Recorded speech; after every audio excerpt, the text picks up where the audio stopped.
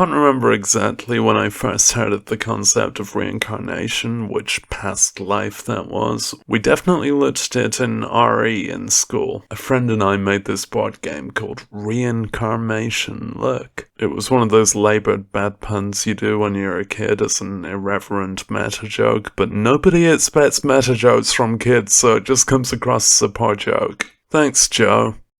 So, I'm no theologian, I'm more of a Pokemon fan, but some people, and no other life forms as far as I can tell, just people, believe that they and we will experience other lives before and after this one. Because we have, souls outside of material life. It's unfalsifiable, especially as a reincarnated soul won't necessarily retain memories of their prior lives in their new mind, which is a massive cheat for that theory. That's god tier. I don't even really believe in mind, but never mind. Some interpretations allow for memories of prior lives via past life regression or enlightenment, and some suggest that each life is arranged in a karmic hierarchy, typically affording superiority to humans. That bit I never got. How is this the best thing to be? I hate this life. Oh, I guess we're the species of animal least threatened by humans. Just about. Given what we know about life and reproduction, reincarnation seems kinda unlikely because I'm pretty sure the number of living organisms has increased along the way, so there wouldn't be enough pre-owned souls to recycle. You can improve on that by saying that souls reproduce, like life forms reproduce, maybe they split off from parents, and that explains transgenerational trauma,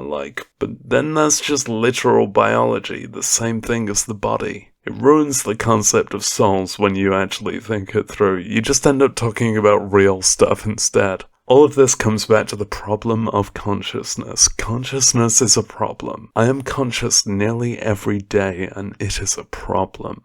Yeah, my personal bias, I find life very painful, and I really hope it's finite. I'd hate to experience more lives. Get me off that karma wheel. Disbelieving reincarnation involves optimism for me as a comforting idea to stop existing, but also claims generally need evidence. But I can't explain consciousness, and no current science can. I can't explain why I'm this immaterial grain of perception inside a flab shell, and can't disprove that the grain might continue to perceive stuff after I'm done with me, poor thing. But then it wouldn't matter because my outlook and my consciousness comes from my circumstances in this life because I'm in reality. A reincarnated me wouldn't feel like me, would not need any link to me. The genetic traits and environmental traits or situational traits would all be replaced. Maybe there's an argument for spiritual traits once you've made up what spiritual means. In accordance with your environment. It's still an environmental trait. Spiritual beliefs are all derivative of someone else's spiritual beliefs, all the way back to whichever LSD trip started it.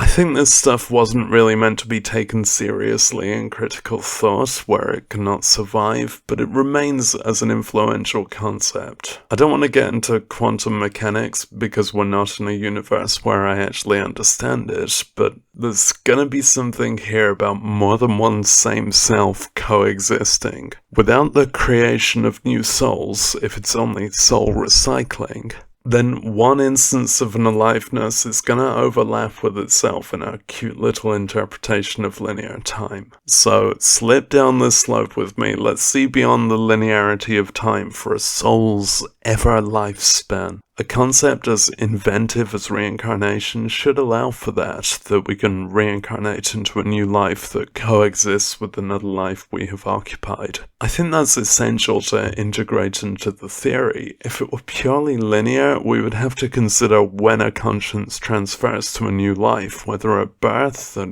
quickening, conception, or maybe it exists in two smaller parts before conception. And that's just animals. When does tree soul life start as a completely distinct entity from its parent tree and all the rest of its family tree of trees. Insisting on individual souls means all conscious life forms have one, which is way more coexisting life forms than you realize. I think some people cut off at humans or at animals, but notice how it's only humans and animals who think that? The science keeps coming back with life forms having a shared ancestry, and if souls are a factor that evolved in only part of that, we're ignoring what evolution actually is. There would be ancestors somewhere between plants and animals with half-formed souls. I consider the theory of reincarnation to lose all of its cogency at this point, unless we adapt the number of alleged Atmans. Atmen? I'm on about the number of souls of individual candidates. We could increase that number. It's a tempting approach, but the necessary number would be beyond what we can even fathom. If every currently living entity has a separate conscious self, and that is not a number I can write, geez guys, not only is it beyond what we can fathom, but it's just increased by an amount beyond what we can fathom across all of the kingdoms during this very sentence. I'm sorry. And then there's cloning, and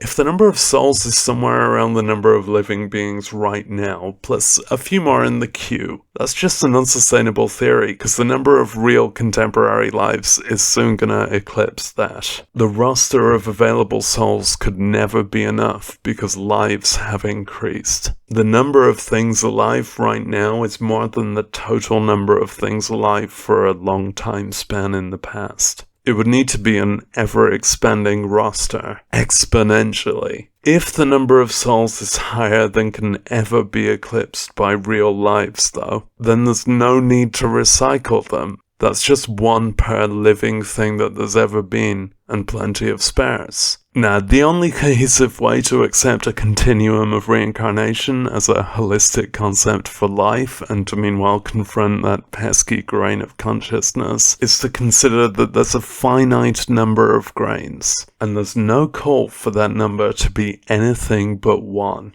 A soul.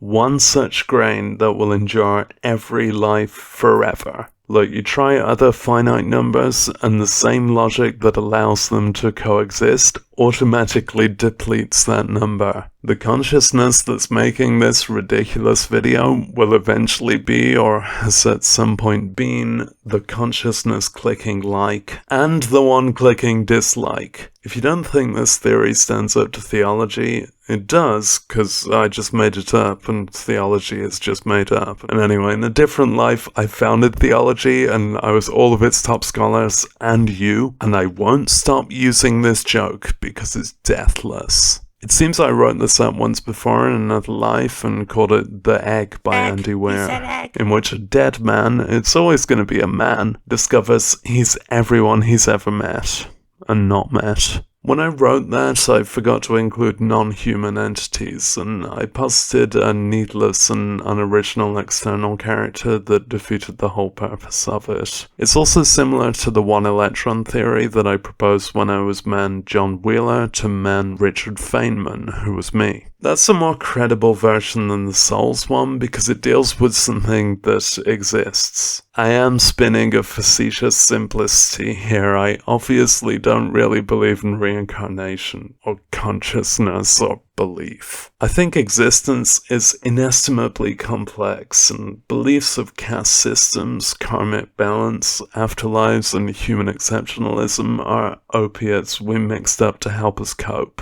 and to justify our culture and moral codes. But if we ever entertain reincarnation, I suggest we do it holistically, universally, as one.